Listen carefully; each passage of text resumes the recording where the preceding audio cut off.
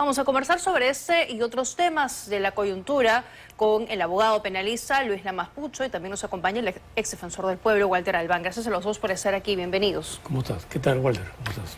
¿Qué tal, Julio? ¿Por qué no se emitió mínimamente una alerta migratoria? Esto por lo menos habría servido para hacer, coloquialmente lo decía al inicio, hora, en tal caso, para que se pueda emitir un impedimento de salida del país, algo que avisen las autoridades.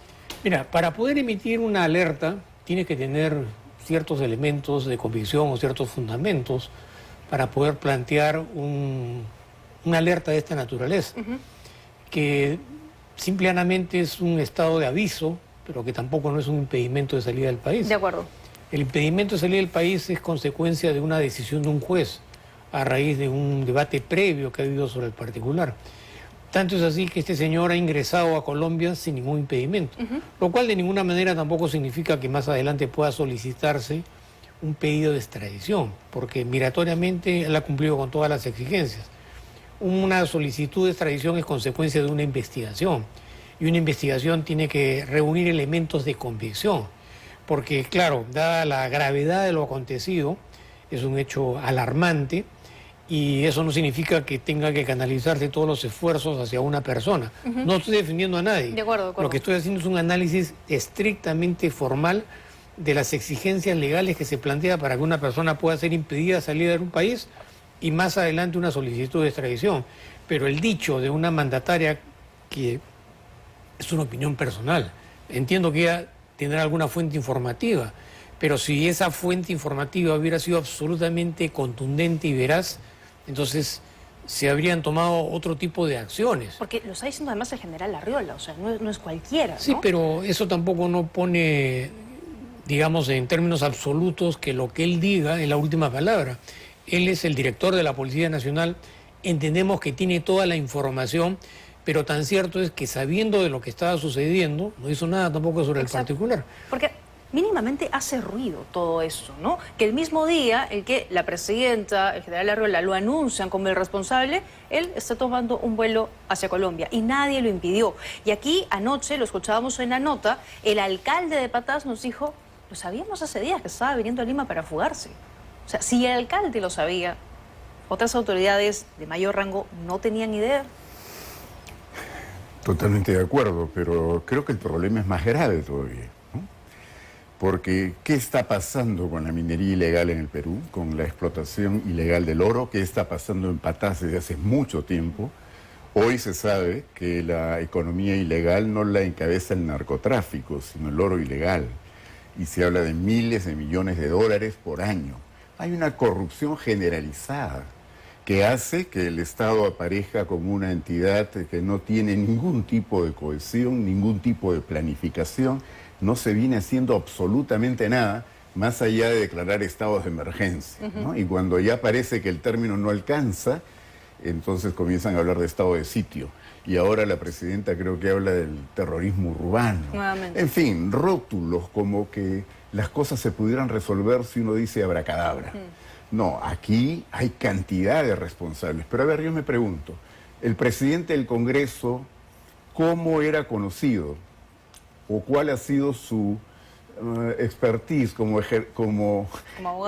abogado, ¿no? Su ejercicio profesional ha estado, por lo menos últimamente, orientado a defender minería ilegal, ¿no es cierto? El señor Saluana, que ahora está en Estados Unidos, creo que anunciaban que regresaba. Sí, ¿no? va a volver antes. Y el presidente del gobierno regional de La Libertad, que se enteró por los medios, dijo él, porque creo que estaba visitando su universidad acá en Lima. Esto es un desbarajuste, acá no hay gobierno. Hay una corrupción campeante y una incapacidad para hacer frente a problemas de esta envergadura que tienen en este sujeto que ya es, digamos, como la gota que derrama el vaso, ¿no? El que se haya podido ir por el aeropuerto Jorge Chávez cuando ya, no solo la presidenta, porque también información, por ejemplo, del alcalde, información de la propia empresa, La Poderosa, sí. En fin, habían elementos. Yo escuchaba, por ejemplo, ahora que alguien declaró, ¿por qué no se pidió una detención preventiva? Ya, pero recordemos que durante meses el Congreso no estuvo sin prisión preventiva. También, ¿no? ¿no? También cambió. Entonces, sí. En fin, Claro. Creo que hay puntos que tienen que ser examinados a fondo. Y Este es un tema efectivamente, bastante más amplio. Lo que decía el doctor Lamas es válido, ¿no? Se necesitan una serie de elementos para que medidas de ese tipo se pudiesen dar. Pero ¿qué pasó el año pasado? Porque, digamos, él tiene ya un historial de investigaciones fiscales. Y el año pasado él fue liberado por el fiscal de Casma, y entre otras cosas sostiene que cuando se le detiene se le encontró con una pistola y una granada que no estaban operativas. Y dice que al final no había nada, no había motivos para poder detenerlo. ¿Cómo se explica eso? ¿Es válida esa justificación? No, desde el punto de vista del análisis habría que conocer cuáles son los elementos de convicción. Sin embargo, creo que Walter en alguna medida ha ido al fondo del asunto, porque esto no es de ahora.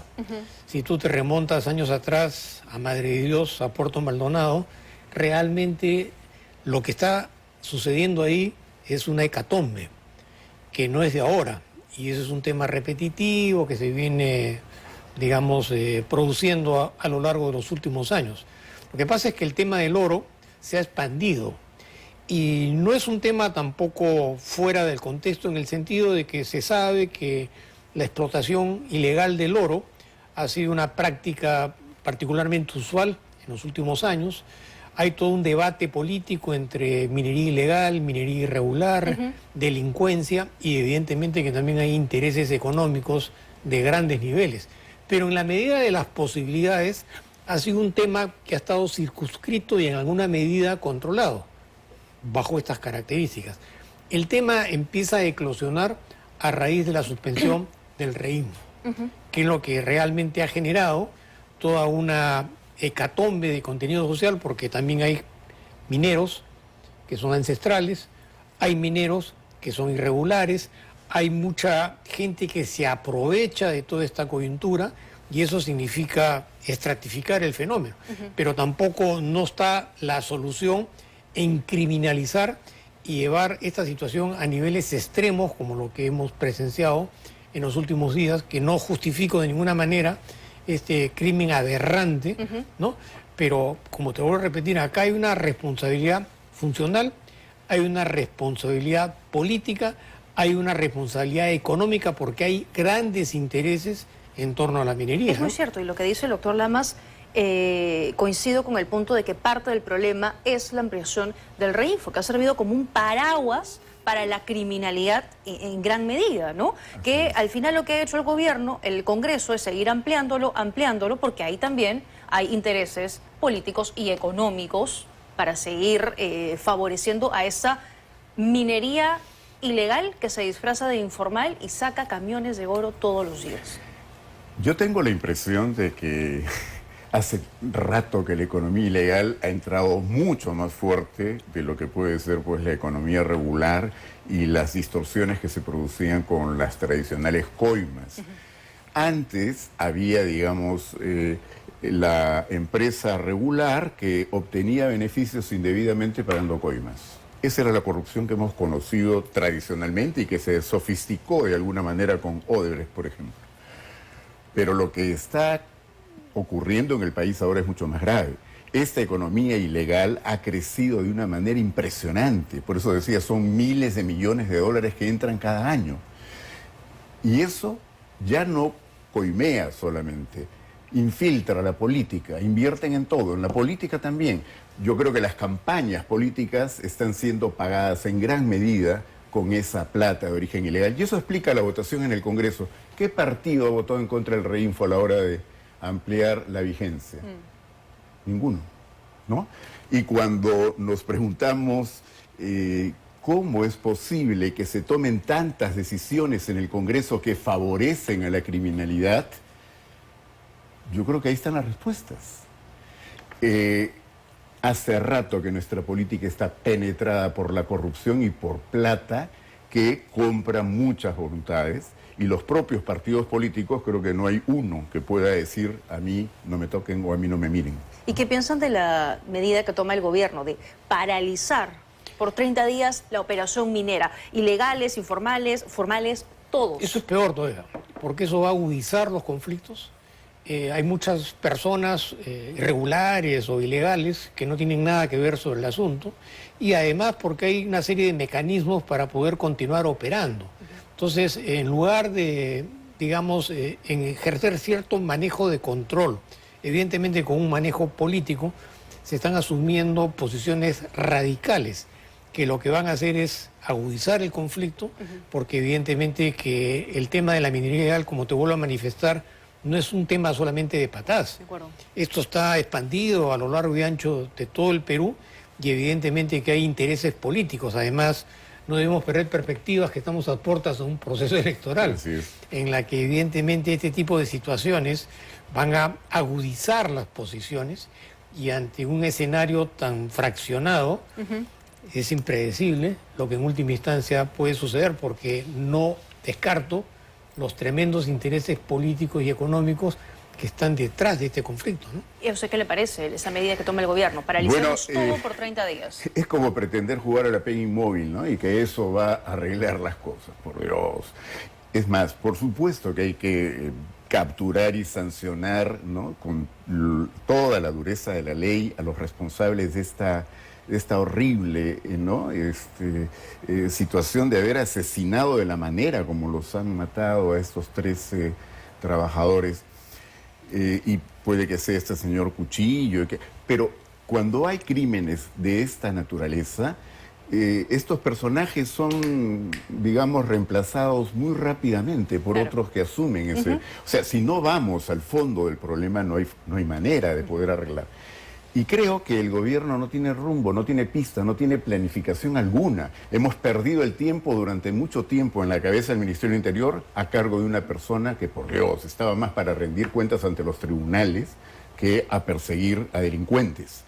Y ahora la presidenta no tiene mejor opción que llamarlo a su lado. Ayer estaba, ¿no?, dándoles en el oído el mensaje de lo que tendría que decir cada quien. Todo el mundo, ¿no? Por Dios, eso es un insulto al país, ¿no? Y luego pretender decir de que, ya ven, cambiar o censurar o tratar de mover a los ministros no cambia nada, pero ¿qué va a cambiar si es la misma gente la que está a cargo todo el rato? Claro.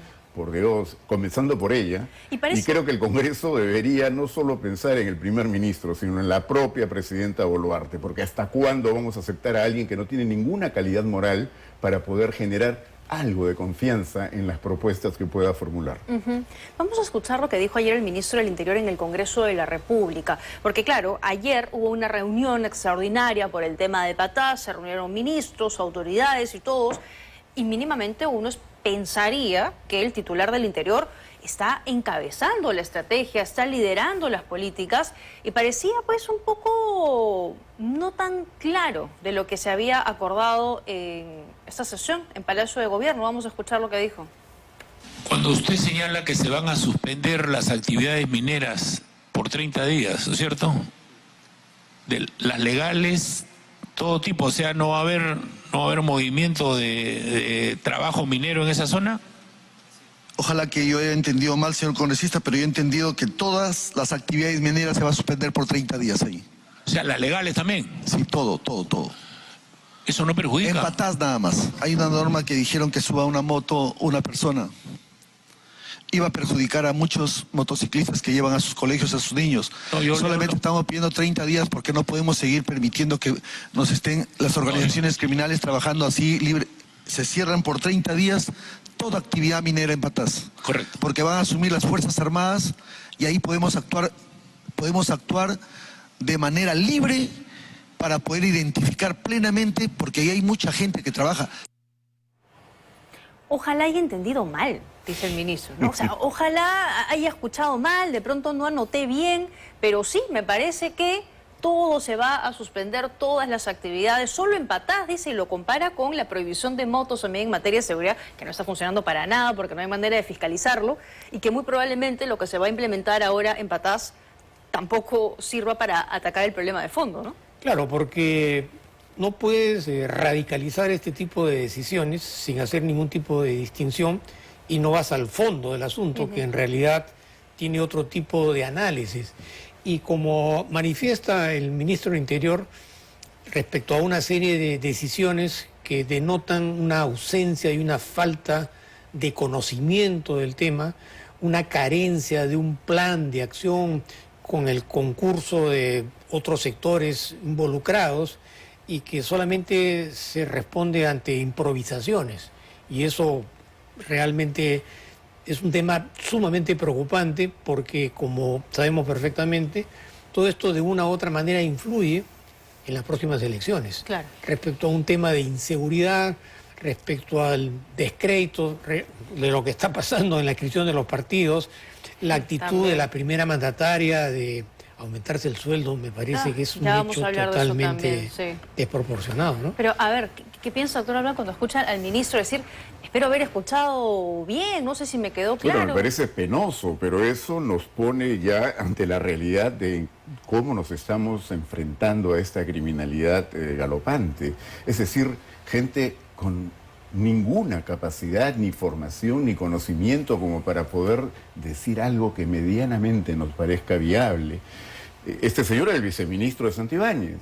Claro. Entonces, claro, ¿qué va a cambiar si todo viene hace mucho tiempo? ¿Quién es hoy día el jefe de la policía? Una persona cuestionadísima. Hace pocos días se han dado varias informaciones. Se ha sabido que en circunstancias en las que ya probablemente habían sido asesinadas esas 13 personas, él estaba celebrando algo en el Hotel Bolívar. Además, ¿no? Así no puede actuar la policía. O sea, la policía es una institución que está abandonada, golpeada, está sin logística, sin infraestructura, sin condiciones para poder hacer mejor su labor. Pero lo que es más grave, le han golpeado la mística, le han golpeado el ánimo. O sea, no se puede seguir a gente que son los comandos, ¿no es cierto?, que son gente que no tiene ningún respeto, que nadie cree ni nadie confía en que puedan hacer algo que realmente conduzca a solucionar los problemas, ¿no? Qué grave realmente este contexto. Tengo que hacer una pausa, quédense con nosotros unos minutos porque al volver vamos a hablar de las declaraciones que ha dado el médico cirujano Mario Cavani. Complica la situación de la presidenta, asegura que ella estuvo con los ojos vendados tras las cirugías estéticas a las que se sometió. Entonces, ¿cómo firmó la presidenta los decretos supremos que se publicaron en El Peruano? Con eso y más regresamos. La presidenta Dina Boluarte lleva poco más de 2 años intentando ocultar un secreto a voces, ¿no? Sus cirugías. Ella hasta en mensaje a la Nación ha dicho que se operó y que fue una sola operación de carácter de salud porque necesitaba respirar mejor, algo que su médico, doctor Mario Cavani, ahora que ya se le levantó el secreto profesional, puede contar. Y ha dicho que efectivamente operó la presidenta, fueron 5 intervenciones, de las cuales 4 habrían sido con fines estéticos, que la presidenta quería que se le corrigiese la parte funcional, efectivamente que respire mejor, pero, y lo cito, a la vez que se le hagan unos pequeños retoquitos. Entonces, ¿la presidenta Dina Boluarte, doctor Lamas, ha cometido delitos? Mira, en principio cada uno es libre de poder hacer lo que considera pertinente con su fisonomía y con su físico. Eso no es un delito ni es un hecho cuestionable. El asunto se complica a raíz de las mentiras. Una mentira tras otra mentira, porque cuando tú empiezas a mentir entras en un callejón sin salida y asumes posiciones de defensa que en realidad no son posiciones de defensa, sino sucede todo lo contrario. Entonces, lo que en un primer momento pudo haber sido manejado con cierta reserva respecto a los acontecimientos, a raíz justamente de la mentira, se ha convertido en una gran mentira. Y además han salido connotaciones ya no solamente respecto a la intervención, sino a otros hechos que son periféricos en torno a la mentira. Es decir, ya no solamente se trataría de una mentira verbal o de una actitud mentirosa, sino que eso ha sido estructurado en otras actitudes funcionales que están involucrando a otros funcionarios. Entonces, entiendo yo que la actitud del doctor Cavani ha dicho, bueno, muy bien, hasta acá es mi función, pero yo no puedo asumir otro tipo de compromisos que en realidad están poniendo en tela de juicio la ética profesional, ¿no? Ahora, en el Congreso de la República, por otro lado, se promueve una moción de vacancia, que no ha calentado mucho, ahí va Susel Paredes intentando conseguir las firmas, pero ¿ameritaría una vacancia? ¿Le causa gracia? A ver, técnicamente la postura de la vacancia por incapacidad moral permanente ya en este momento en el país no se discute, pues es la mayoría del Congreso lo decide y si reúnen los votos van adelante. Pero esta señora ha mentido permanentemente. O sea, no es solo a raíz de este último hecho. Recordaremos su gestión en el Club Apurímac, ¿no? Y cómo mantuvo eso siendo ya parte del gobierno, como ministra del gobierno del señor Castillo, ¿no? Recordemos también cómo después salieron informaciones que no han podido ser contestadas respecto a cómo le financiaron la campaña, donativos que no declaró y que ya eran delito en ese momento, porque desde el 2019 en adelante lo que se recibió para campaña y no fue declarado es delito, ¿no? Pero después los asesinatos, las masacres de las protestas de diciembre y enero 2022, 2023, ahí no hablaba de los ponchos rojos, de las balas Dundum, cosa que nunca pudo probar. Es gravísimo. Y después no nos acordamos cuando, a propósito de que surge el escándalo de los relojes Rolex, salió a decir que ella los había comprado con el sudor de su frente, sí, prácticamente, con años de trabajo, y que eran un bien, un objeto, decía uno, después se juró que tenía varios, y además otras joyas complementarias. Por Dios. Ya bueno, después vino con el cuento de que el Waiki se los prestaba y cosas parecidas. Lo mismo con el cofre también, ¿no? Y exactamente, con lo del cofre que nunca llegó a esclarecerse. Y se ronca. Pero ya en este momento uno termina pensando que esta señora es pues mitómana, ¿no? O sea, miente, miente y miente y sus mentiras la absorben. Entonces, una persona así puede gobernar el país.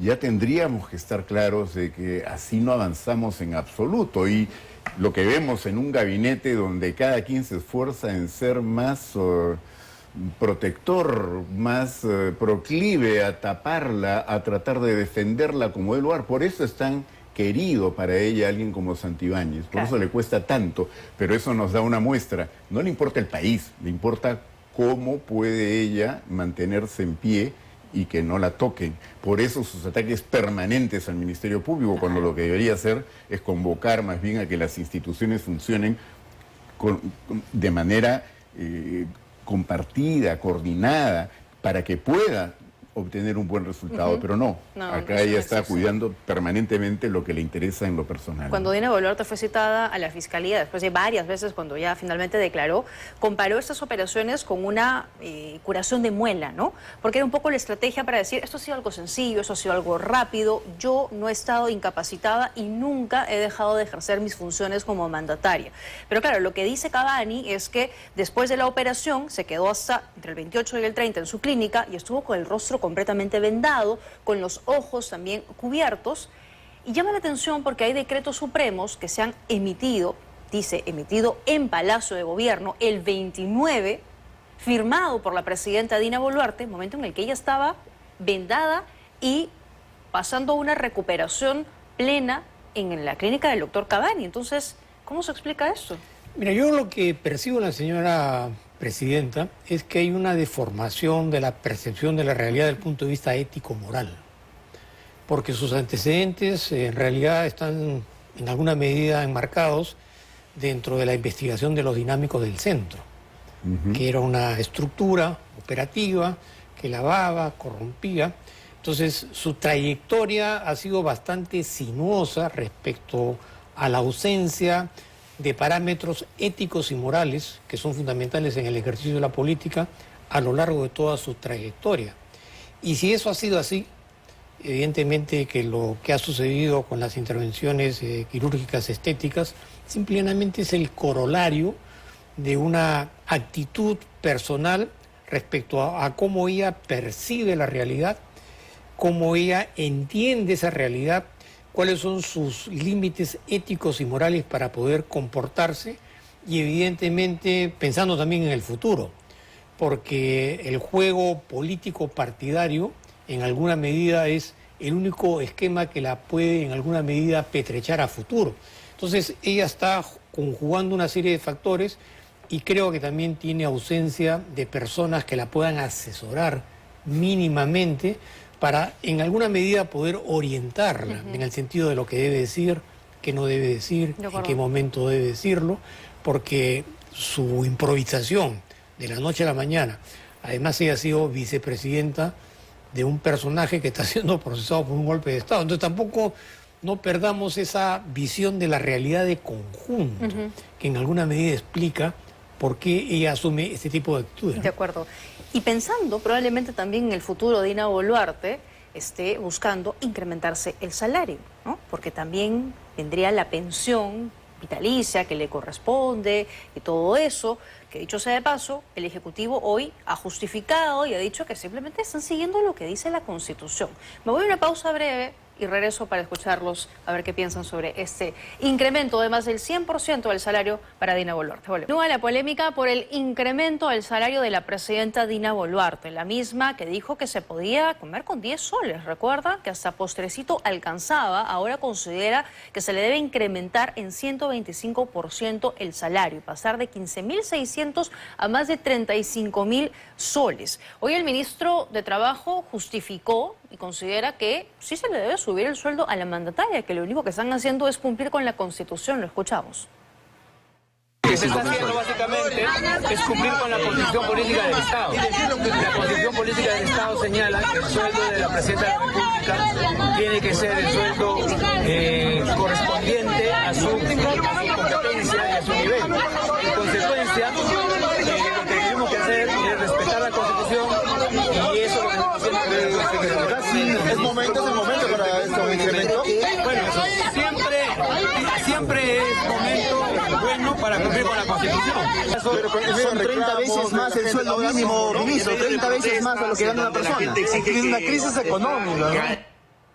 Y al ministro de Trabajo se suma lo que ha dicho esta noche el ministro de Desarrollo Agrario, Ángel Manero, que considera, dice él, que la sustentación que hace el Ministerio de Economía para demostrar que la presidenta merece ganar más de 35.000 soles es del Ministerio de Economía y de PCM, o sea, del señor Adrián Sen, y que la presidenta no sabe nada, que la presidenta no tiene nada que ver en esto, que el tema recién lo van a ver o lo deberían ver en tal caso mañana en sesión del Consejo de Ministros, pero que la iniciativa de incrementarse el salario no ha venido de la presidenta, que todo es especulación.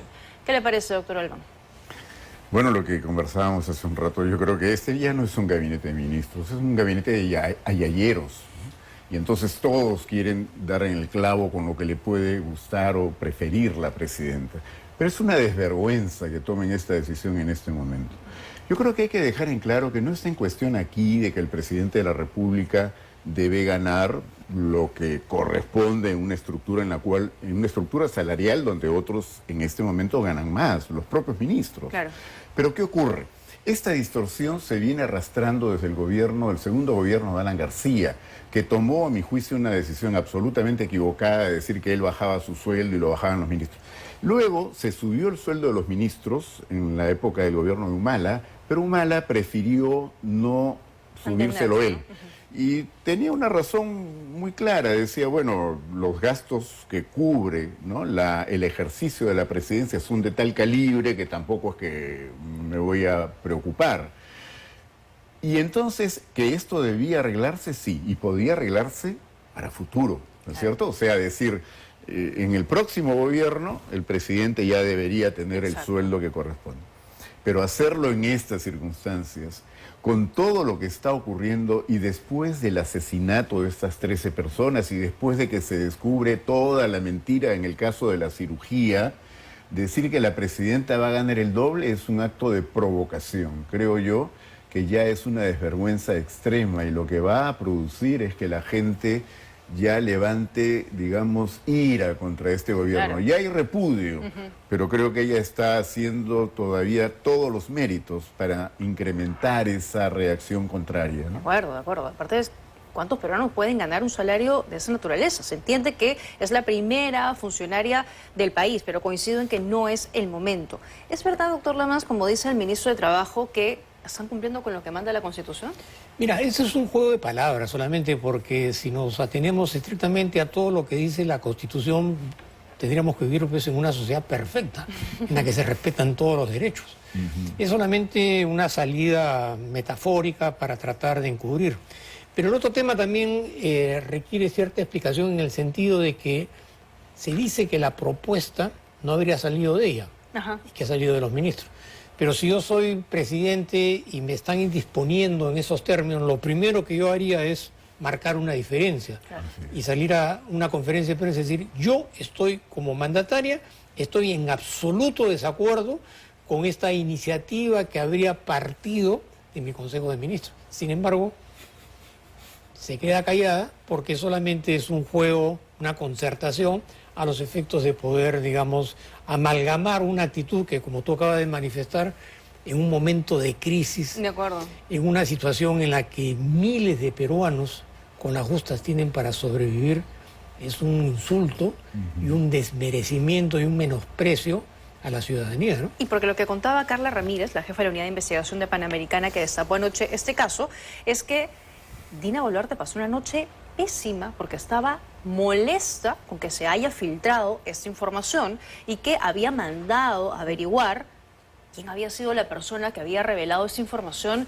a la prensa. Entonces, evidentemente, lo que Carla contaba, que le decían sus fuentes, es que preferían pedir perdón a pedir permiso, ¿no? Que lo iban a tener en absoluta reserva, mañana se aprobaba en Consejo de Ministros y ya luego cuando ya estaba aprobado era, bueno, pues ya está, ya lo hicimos, ¿no? Claro, en este gabinete de ayayeros es impensable que puedan haber tomado la iniciativa sin consultárselo. Es al revés, ¿no es cierto? Y yo hubiera podido entender más bien que se levantara con ira si se enteraba de que sin haberle consultado lo hacen eso, porque eso lo espera de su peor enemigo, no de su ministro. Así es. De acuerdo.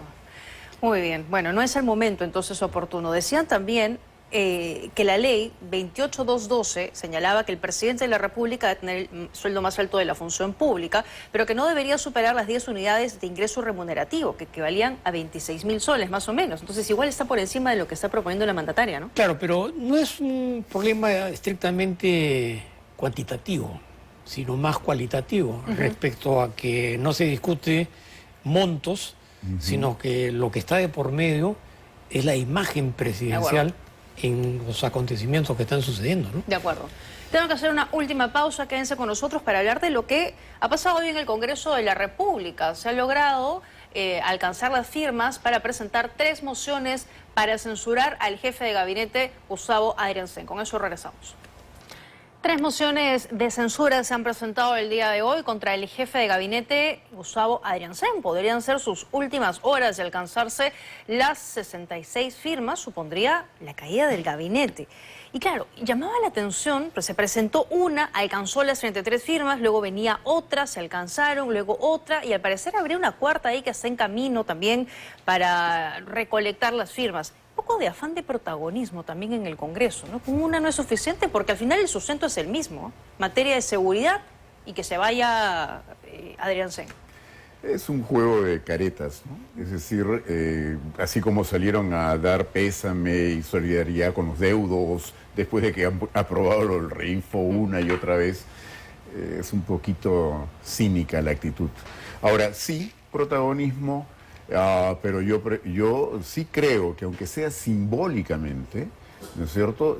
Decía, la responsabilidad mayor es de la presidenta Boluarte, creo que deberían ir contra ella. Ojalá pudiéramos tener un gabinete de gente decente. No me importa si esa gente es conservadora, de derecha. Yo soy más bien progresista o de izquierda o caviar, como me han calificado muchas veces. Pero no me importa que el gabinete sea de solo conservadores, mientras sea gente decente. Bueno, eso es lo que nos falta. Entonces, de repente hay una oportunidad para que salga este señor, que es un felpudo permanente, y más bien pueda ingresar gente decorosa, gente que quiera hacer las cosas mejor por el bien del país y que le tengan, digamos, tengan que soportar un poco este contexto, pero que por lo menos se les dé el margen para actuar. Ojalá que algo así prospere. Vamos a ver un cuadro con las posibles votaciones, ¿no? Como está, por ejemplo, Podemos está a favor, son los que han impulsado, de hecho, una de las mociones de censura. Ahí tenemos también Acción Popular, efectivamente, 9 votos a favor tendrían. Renovación Popular, 11 votos. Honor y Democracia, sin definir. Lo mismo Fuerza Popular, tienen 21 votos ahí. Perú Libre tampoco ha definido, 11 votos ahí. Avanza País tampoco se ha pronunciado al momento, 6 votos hay por ese lado. Somos Perú tampoco se ha pronunciado. Que sigue Bancada Socialista, ellos están a favor porque se han votado todos, han firmado en tal caso. Tienen 5 votos. ¿Qué más tenemos? No logro ver. Juntos por el Perú, a favor 8 votos. Tenemos el Bloque Democrático Popular, 5 votos. Bloque Magisterial no ha definido, 8 votos.